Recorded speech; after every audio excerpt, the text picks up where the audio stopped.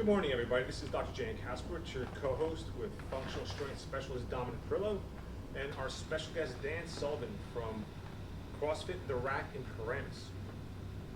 Thanks for everyone for tuning in. You're listening to Elite Performance Team Podcast number 7. If this is your first time listening, then thanks for joining us. The Elite Performance Team Podcast is produced every week for your enjoyment. You can also follow us on Facebook and YouTube at Elite Performance Team, and we'll be getting all our podcasts onto iTunes in the very near future. We start off usually our podcast with a quote of the day that Don pulls out, and the quote of the day for today is, "We do not rise to the level of our expectations. We fall to the level of our training." What are your thoughts on that, Don? I feel that this could be in so many different topics. Obviously, when we say training, a lot of times we're talking about physical training. This could go down to taking a test and how well you prepared and studied for it. So don't expect to do very well on that test if you didn't study for it. Don't expect to perform well in that race or that event if you didn't train for it. It's that simple. Yeah, I agree too. It goes to a lot deeper level too. It also goes with like discipline. A big fan of Jocko Willink and the things he preaches on discipline equals freedom.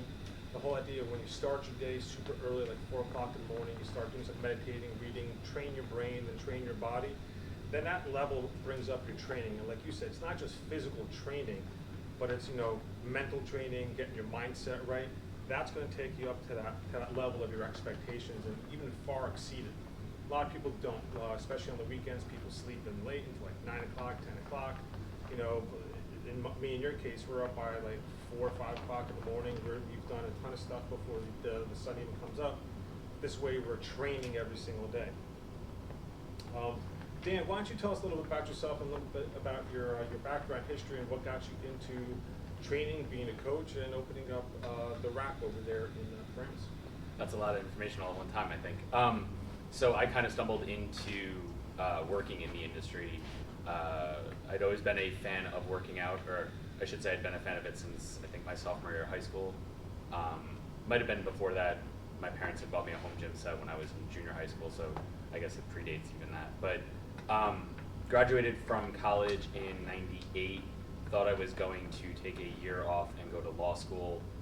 Needed something that was sort of flexible schedule-wise while I was studying for and taking my LSATs and potentially getting a job in a law firm somewhere as I guess an intern of sorts, or that was the plan. Knew a guy that worked at Gold's Gym at the time in Paramus. I had known him from another facility. He helped me work on my nutrition, I think, that year, because of course graduating from college I would say a good 50 pounds overweight. Still active and working out, but just hadn't really paid attention to nutrition. Anyway, long story short, we got to talking. He suggested there would probably be more than enough opportunity for me to work part-time there. I started working front desk, wound up ultimately growing that into a floor trainer, wound up getting a NASM certification. I think I actually did my NASM certification like 2 weekends before I took my LSATs. My LSATs did not go the way I had anticipated or I was expecting, and at that time I figured if I wasn't going to go to a top 10 law school, I probably wasn't going to find it worth going, so I decided to, on a whim, change my course of direction and get more involved at the gym, which actually wound up being a pretty good situation for me for a while.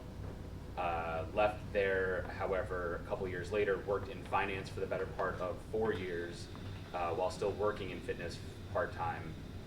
Thought I was going to conquer Wall Street. That was the tail end of the tech boom, or the internet boom, I should say. So everything you touched made you $1 million or something along those lines. So I thought I was going to go make a fortune on Wall Street, but that obviously did not happen.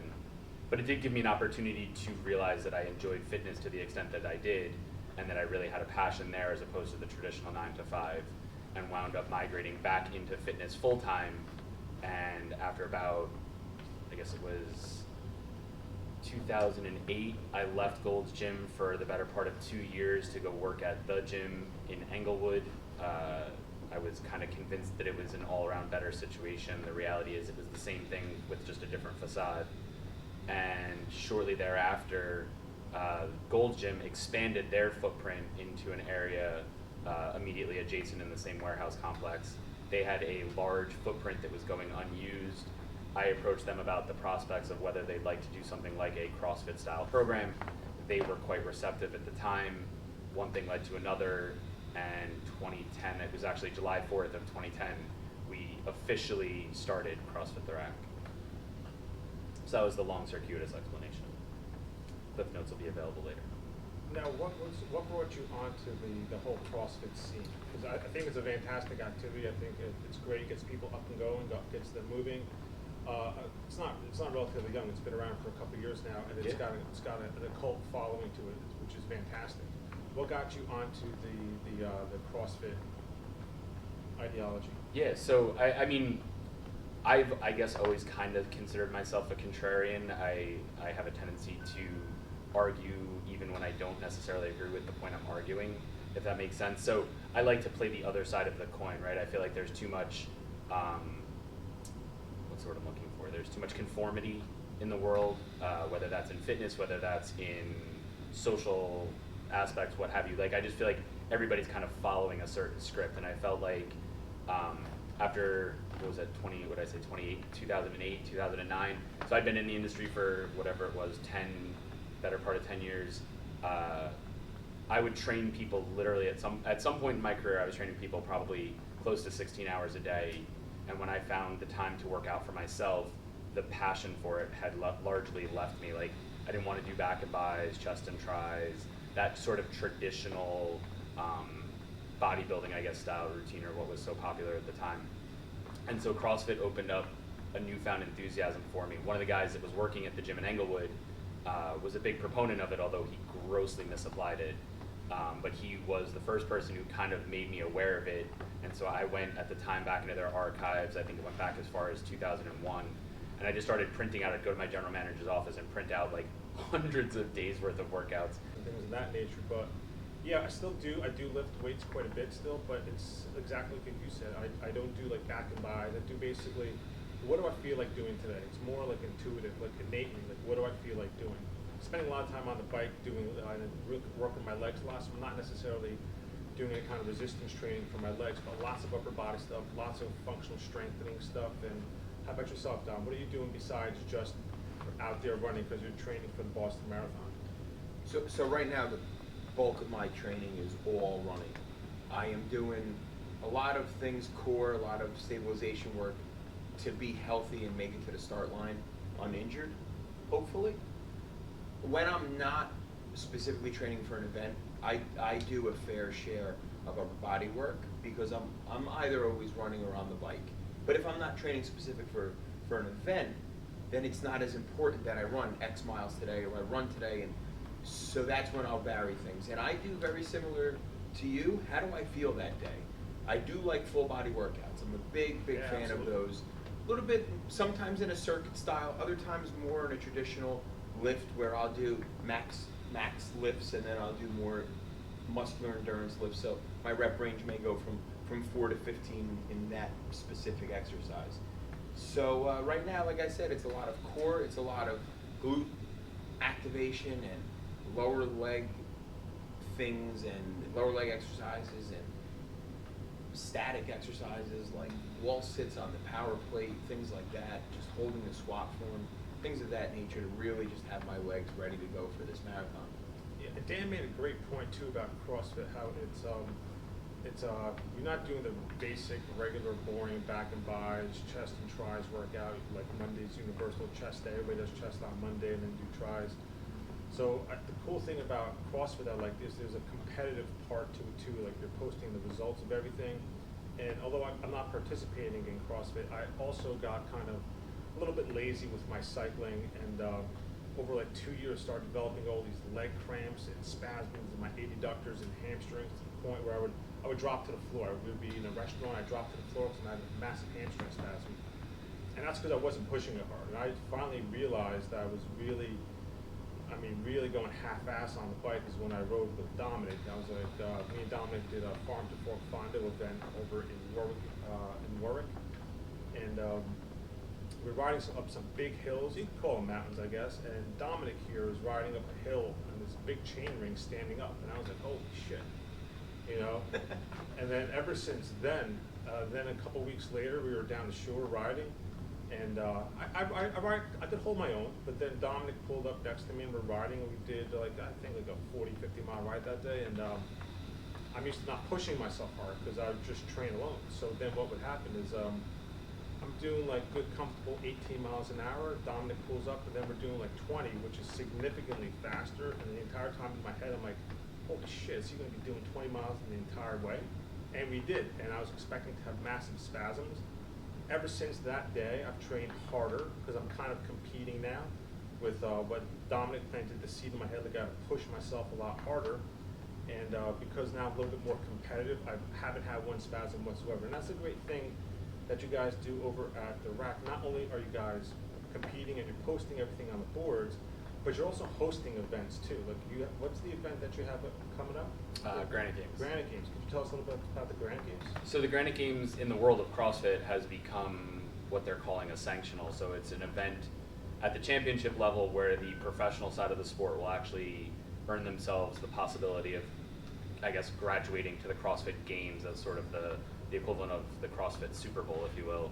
But at the community level, they have these 3-person team, what they call throwdown. So there's a scaled and intermediate category. All that's required is a basic understanding of the movements, obviously a competitive desire, and just wanting to have some fun on a Saturday.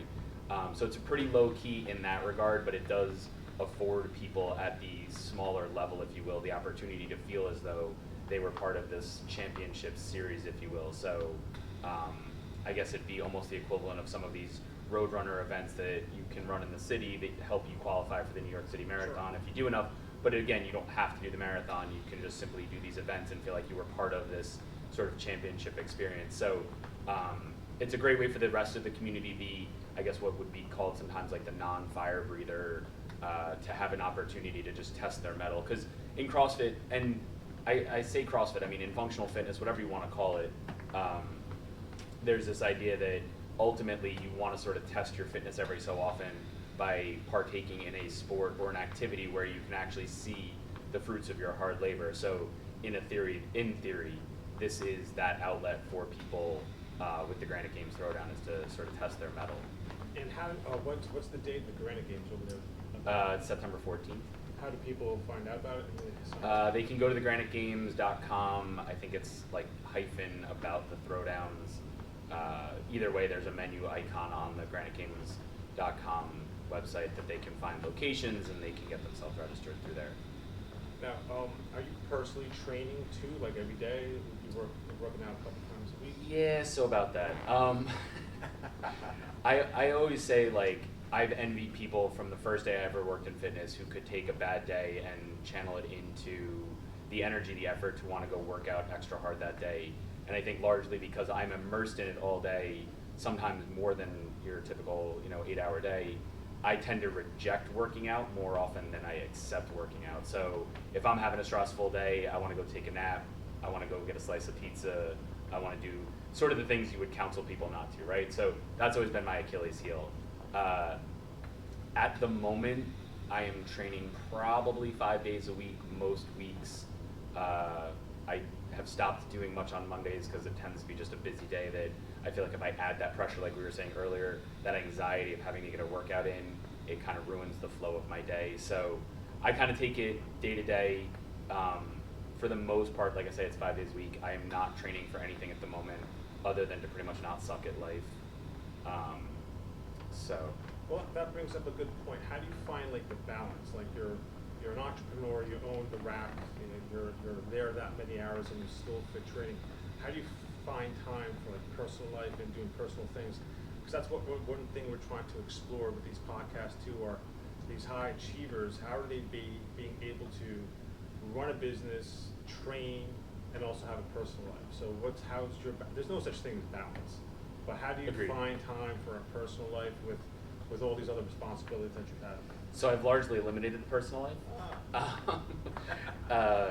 No, it's a good question, and it's one that I struggle with probably literally every day. So I work with a business mentor. I have a couple people who sort of casually consult with me or for me, if you will.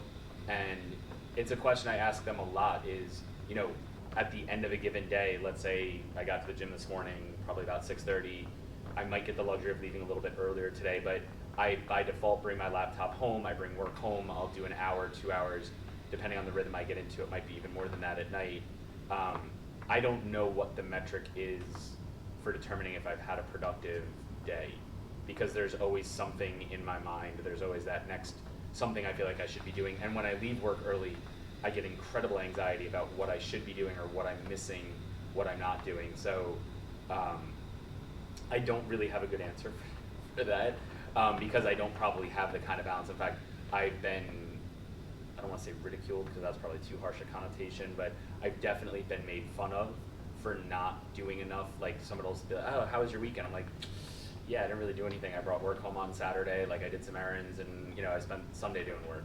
So I guess my outlets are reading, so I tend to like to read. Are you currently reading any books? I am currently reading, I can't remember the title of it, but it is basically about what precipitated the fall of the Roman Empire. Sure. Very analogous potentially to what is going on in this country as we speak. I'm also reading another one about a famous Irishman whose name escapes me right now. I just finished The Last Lion, which was I think originally a 3-part book they put into one about Winston Churchill and basically everything that went on just prior to the Blitz of England through the end of his life and all that he was up against and kind of how he went about things.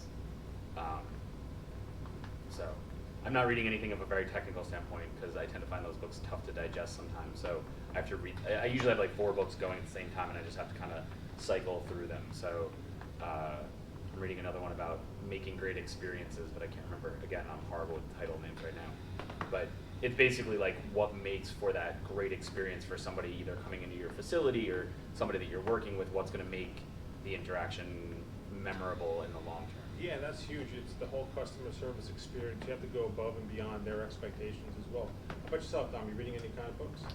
I am.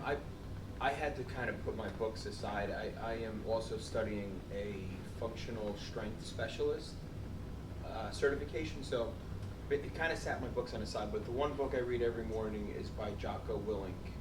Yep. Discipline Equals Freedom. Sure. That's first and foremost. And I was reading a book. Oh God, I cannot remember the name of it. It's called The Brave Athlete. Mm-hmm. The Brave Athlete. Anyhow, the book is really about getting your mindset right for endurance sports. Sure. And it's very, very good. It's kind of sad that I had to put it down, but my brain I cannot transfer between all the books and remember too much information. So I'm going to focus on the certification, and then I'll pick the books back up. But I just want to make a comment on something Dan said earlier. He made a comment about people being able to test or have that time where they to show their hard work or what they did. And I think that's great that there's, even with CrossFit, that there's actual competitions that come up. I run a lot, I do triathlons, so there's always, I could sign up for a 5K, I could run one this weekend if I wanted to and just test my work, my hard work. I think in this field, it's important to set a goal and then kind of go after it. And even if that goal is just, hey, on September this date, I'm going to go out and I'm going to do this or this, even if it's not a quote-unquote sanctioned event. And I think that's really important when you set goals. That fire is burning in you to get up and go and do whatever it is that you want to do that morning. Which I totally agree with, and one of the things I've always sort of lauded CrossFit about, and again, I keep saying CrossFit, like CrossFit really isn't a thing. CrossFit's sort of this amorphous entity that has kind of come up with an ideology on things, but really they're functional fitness, however you want to look at it, and their underlying theme is to be broad, general, and inclusive. So in theory, anything we're doing in the fitness space should fall under that umbrella. However, I do like the testing and retesting because I think there's a certain accountability there that it gives people that something to focus on.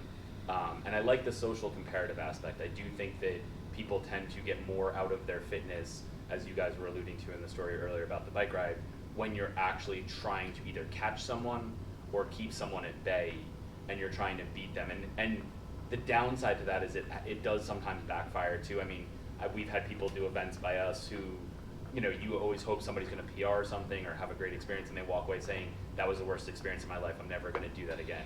Or you see people sometimes cut corners, cheat, etc.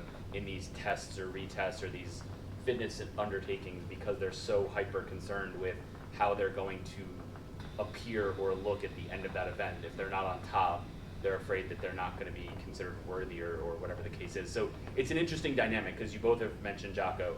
I happen to like Jocko a lot.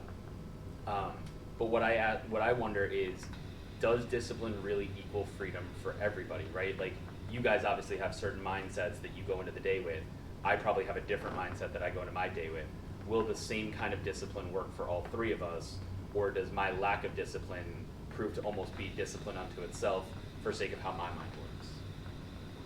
And again, that's the contrarian in me. I'm asking the question because I generally am curious. It's not calling into question anything. It's more, I think Jocko's great, but Jocko's a Navy SEAL. I think Jocko probably knew at the age of 4, a lot more than I probably know at 44.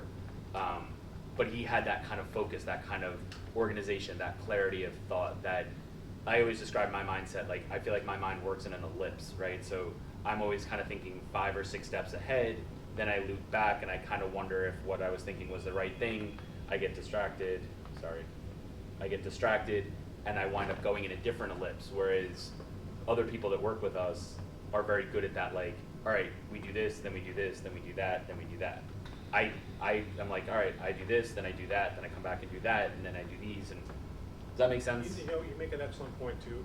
I have an underlying issue with anxiety. Me and anxiety have had a great relationship over the last 15 years, and it's really reared its ugly head over probably the last 18 months. I think it was about 2 years ago. I ended up in the hospital with an anxiety attack. I was having a heart attack. I thought I was having a heart attack actually, and everything was totally fine. 10 hours later, no joke, in the ER.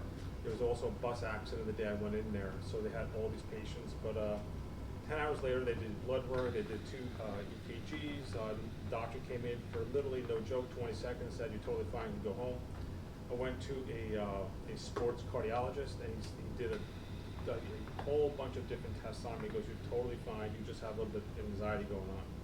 So I noticed that I do things to help reduce my anxiety. One of the main things I do is I do use CBD. I vape CBD, which helps down-regulate my anxiety. But I also noticed from a routine standpoint is that when I'm disciplined and I make checklists and I have a certain order to my day, that significantly reduces my anxiety. Now, there are some things, you get curveballs here and there, but knowing that it's working out is very important to me. So I know that when I wake up at 4 o'clock, I'm waking up, letting my dog out. She's gonna go pee. She's gonna go poop. Gotta go pick up the poop. Throw the poop in the poop garbage.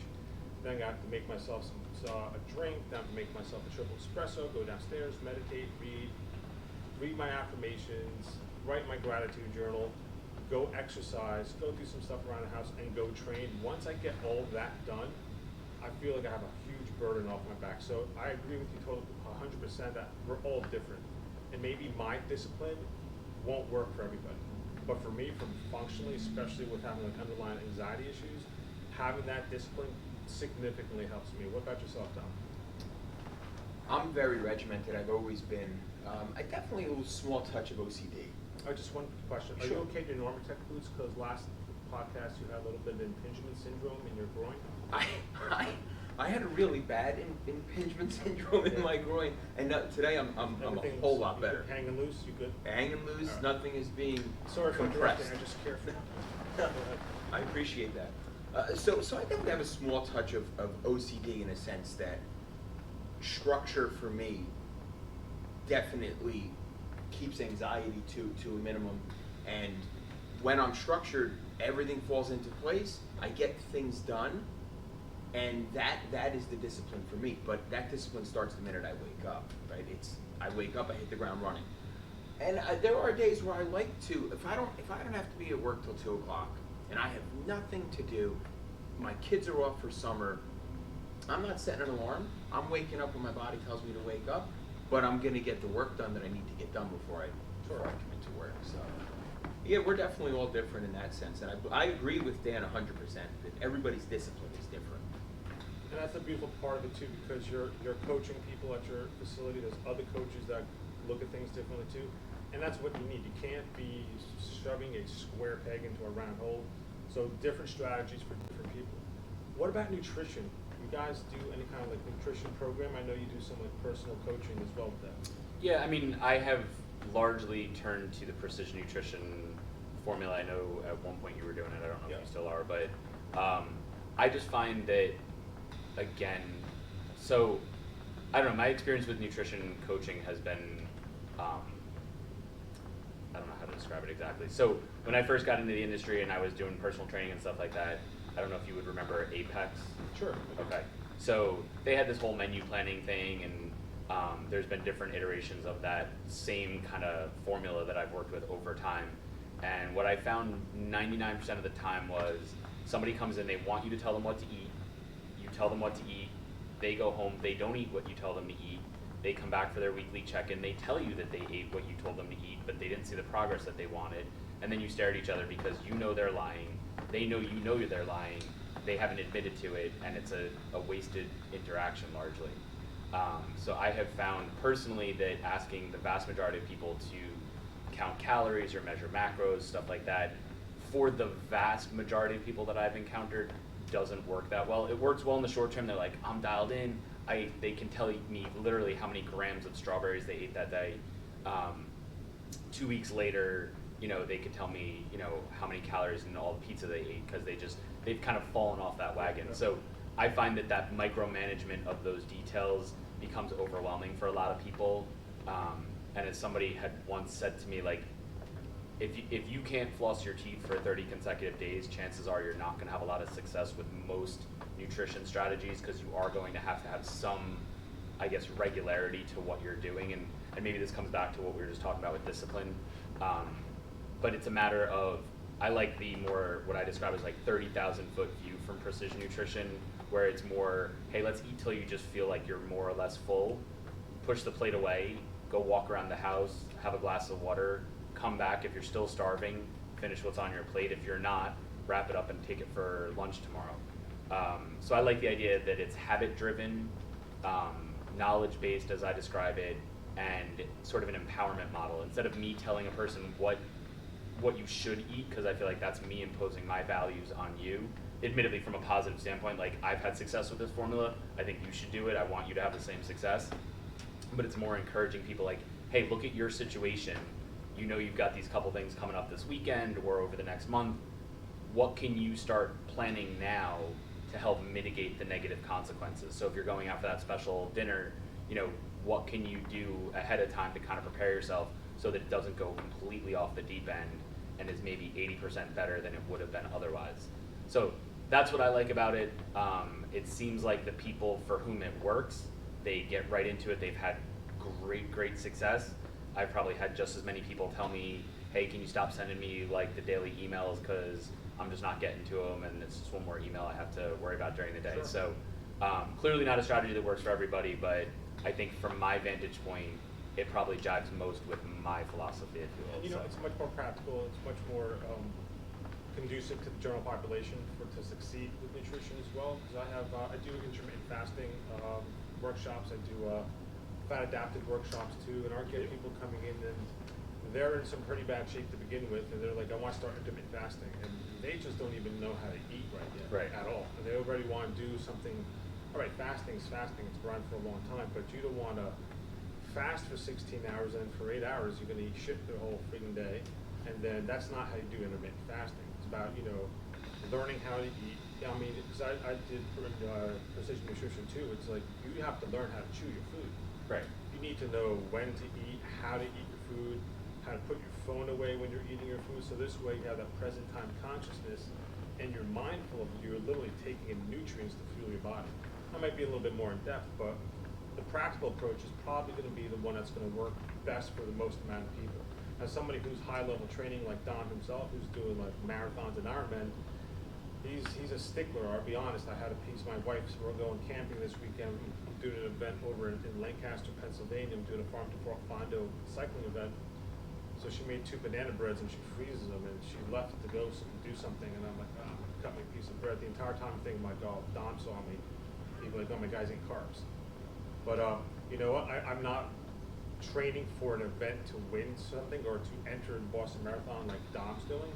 So I'm trying. I could be a little more lenient. But Dom, what's your advice or your opinion on either being really super disciplined or being more practical with nutrition? when it comes to me, I'm extremely disciplined with my nutrition. I don't try to push that onto people because I understand that maybe I'm a little bit maybe I'm a little bit of an outlier when it comes to that. The fact that I do when I'm on a diet, when I'm following a nutrition plan, I'm strict. So I follow a strict ketogenic diet. I do not eat carbs, and by that I mean an actual starchy food. I do have trace carbs because there's carbs essentially in every single thing you eat. Sure. So recently, within the last month, I started to dabble with sweet potatoes. There are about 20 carbs, the sweet potatoes I eat. I do cover them in fat, and I actually eat them cold so that they're less insulinogenic. And that has definitely helped my performance with running. So I intermittent fast as well. That's something, in my opinion, that somebody who's eating a bad diet, if they're eating a lot of carbs, and let's just call them, for lack of a better word, shitty carbs, that fasting is going to be tough. Once you deplete yourself of glycogen, that's what your body's calling for. You're fueling on glycogen, and you're fueling on that type, that your body's going to cooperate. So you're going to have a hard time fasting.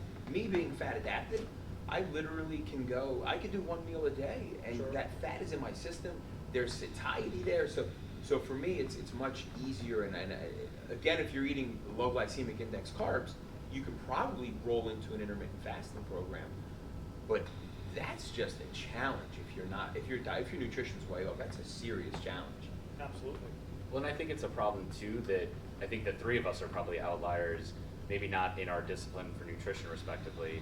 I'll take the onus on that one, but in the fact that we're immersed in studying what goes into it, and we realize that there are immeasurable nuances to intermittent fasting, to a ketogenic diet, to any of these other formulas, whereas the vast majority of people, they come into our facility anyway. I mean, I don't know about you guys, but they come in, they're like, yes, so my coworker said I should be doing keto. Like, I think I'm gonna cut out all my carbs. And I'm like, all right, what's your goal? Like, they're getting their information from such uninformed, divergent places that literally they'll do keto for 3 weeks. They'll be like, I didn't see the results I wanted. I'm gonna do intermittent fasting. Oh, that didn't work after 2 weeks. I'm gonna do paleo.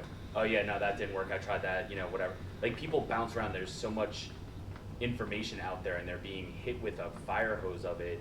And it's on the internet, it's in Shape magazine, it's here, it's there. There's so many of these sources that are only giving them, I would say, maybe 20% of the information, but they're trying it literally almost every other week. They're trying something new. Shit, you can't get anything done. Like, you can't even get down the window that you're gonna fast because you're already on to your next diet or whatever it is. And I think that's why, again, with the precision, and that's not to harp on precision, I think it's, I don't know what you want to call flexible dieting. Like, I think the vast majority of people probably need something that is fairly malleable and moldable, whereas like the three of us could probably pick anything we wanted to, and we'd know what it takes to actually dial it in and see it all the way through. So that's my frustration with dieting, and if any of you can come up with a reasonable solution on how to keep people from bouncing around every 30 seconds, I would love it. Absolutely. Dan, let me just say, you are a wordsmith. You are an artist, a Absolutely. poet with your words. 100%. Very mucho placebo. We covered a lot of topics today. I just want to say thanks to Dan for coming out and doing our podcast today, our Elite Performance Team podcast. How could people reach out and meet you over at the Rack, possibly sign up? What's the best way for people to I mean, obviously you can stop by any time. I'm, as I said, probably there from the early morning till most evenings, probably around 6 or 6:30. We're right in Paramus, right off of 17 and the Garden State Parkway. I guess we're about a half mile south of the Paramus Park Mall, in a warehouse complex that also includes Gold's Gym, Powerhouse Studios, Remax, and a couple other places. We're adjacent to the Paramus Post Office. You can reach me at dsullivan 100-98808 at Gmail. I apologize for all the numbers. That was my student ID at Montclair State. I too am a Red Hawk. I went to Yeah. Montclair State as well. That's where I did my grad work. I did a degree in business economics and my master's in exercise physiology there. One day I'll figure out what I want to do when I grow up. There we go. And then my cell phone is 201-321-3992. I have no problem giving that out to the public since I get nothing but harassing spam phone calls all day anyway. Might as well be a human. Yeah, that's the best way. That's what I do with my clients and patients too. Everybody gets my cell number. This way they have access to me 24/7. But thanks for, that wraps up another Elite Performance Team podcast. I'm Dr. Jan Kasperowitz, your co-host with Dominic Perillo and Dan Sullivan. I want to thank Dan for joining us, sharing his experience in health fitness, and telling us about the upcoming events over at his facility, The Rack. If you like what you hear and you want more info, just follow us on Facebook or on YouTube at Elite Performance Team, or you can visit our website at eliteperformanceteam.org, where all our podcasts are on there, also our full line of supplements. We would also appreciate if you enjoy the content, leave a comment and share it with your friends that may find the content useful. You can find this and our previous episodes of on our website, and we're also going to be posting everything up onto iTunes very shortly. Until next week, train your body, train your brain. Thank you.